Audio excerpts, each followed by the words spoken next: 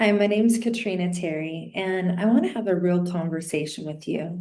I want to talk about some of the truths about human trafficking, and I'm going to share some statistics and numbers with you. However, no one really knows the numbers and how big this is because the human traffickers, they're not reporting how many people that they have either kidnapped or sexually exploited and or pimps, they're not turning that in, right? So when it comes to statistics in the US, 70% of adults have experienced trauma at least once in their life. 64% of children have experienced trauma, and 93% of children that are trafficked in the US are trafficked by somebody they know. So I want you to wrap your head around that. That is a high number. So if we are statistically putting that together, then how great is that really? So, of course, that leaves room for someone being kidnapped, like I personally was at age 7, or because that really does happen, and in the US. A lot of people live in a bubble, let's just be real, that if it's not happening in their neighborhood, community, or it's not talked about, then it really doesn't exist, which isn't the case because when you think about just because you don't talk about it doesn't mean it's not happening. And this is something that is very near and dear to my heart to really get the awareness out there of how can we keep our children safe? How can we help our communities be aware what to look out for? And here's the big one, how to respond. So many people may have questions about a situation they see or experience in grocery store, in whatever setting it may be, but they're not empowered to take action. And there needs to be more of that training nationally and globally to have the confidence to speak up and say something.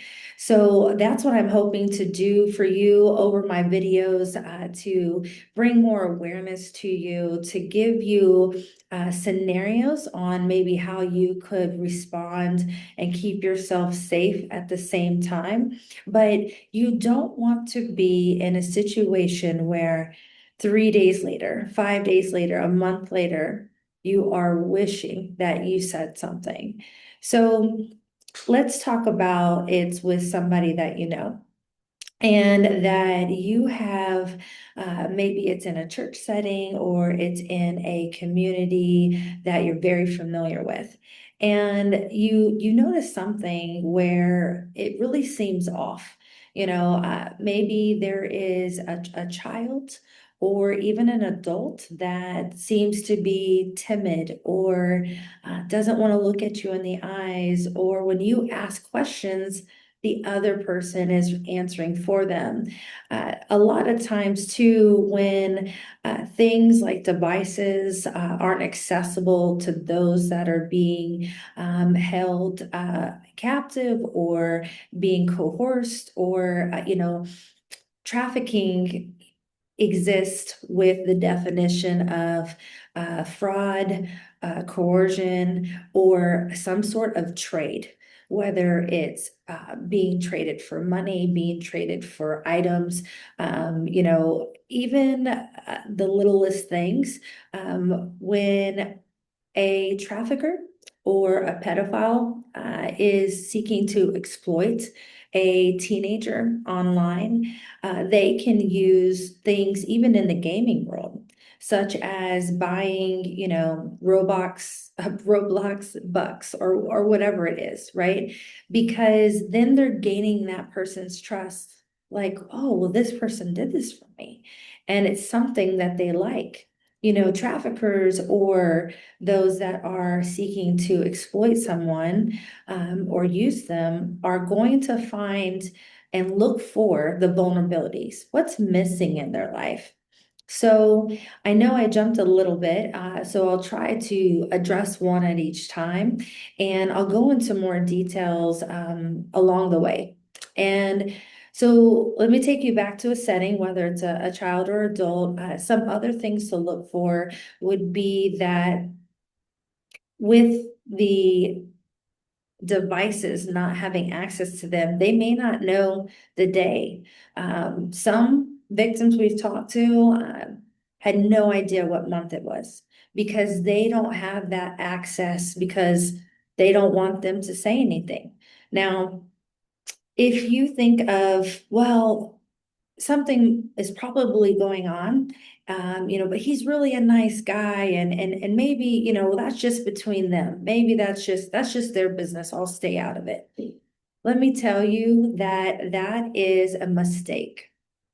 If something is not happening where there needs to be intervention from law enforcement or that person getting safety away from possibly the perpetrator, well, then that lead or that tip will just die on the vine. It won't grow legs, meaning you make that call. And whether it's the human trafficking tip line or there's other ways that I'll give you information on, or you just simply call 911 because 911 is going to react quicker. But maybe it's a suspicion you have and you're going to see these people again. Maybe they are active in your church. Maybe they are on the PTA committee with you. Maybe it is your kids' playdate's parents. So making that anonymous call could literally be saving someone for maybe years of suffering in silence. They may not have the capability in themselves to tell you, I need help. This is what's going on.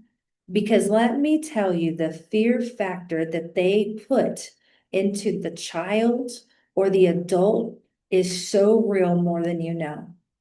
Let me give you an example. Let's say, for example, since there is a lot of trafficking in the strip clubs, true story, and let's say that this was a kidnapping situation, or maybe they were exploited online and they applied to a job ad that then led them to a very stand-up organization, did the research, but they're very good at what they do. And so let's say that once they were in that situation, now they are nowhere to be found. Okay. So a trafficker will want to put fear in them so much so that they'll take 12 of the ladies, let's say, out into the country, and they will say, this happens if you tell anyone. And then they shoot one of the ladies right there in the head. Could you imagine? What fear would you feel seeing that, knowing that they mean what they say? Okay. So let's go back to what I said, how trafficking is also in strip clubs. Don't you think that those girls aren't going to say anything? Doesn't matter if they're interacting. And yeah, it'd be easy for them to say to the church lady that comes in, I'm actually being trafficked. The trafficker's here, though. I can't tell you. That's what you may think. You may say, why can't they just say help? Why can't they write it on a napkin? The fear factor, they will say, I found your family. If you say anything, I'll do what I showed you to them. So this is not something that is easy for someone to come forward.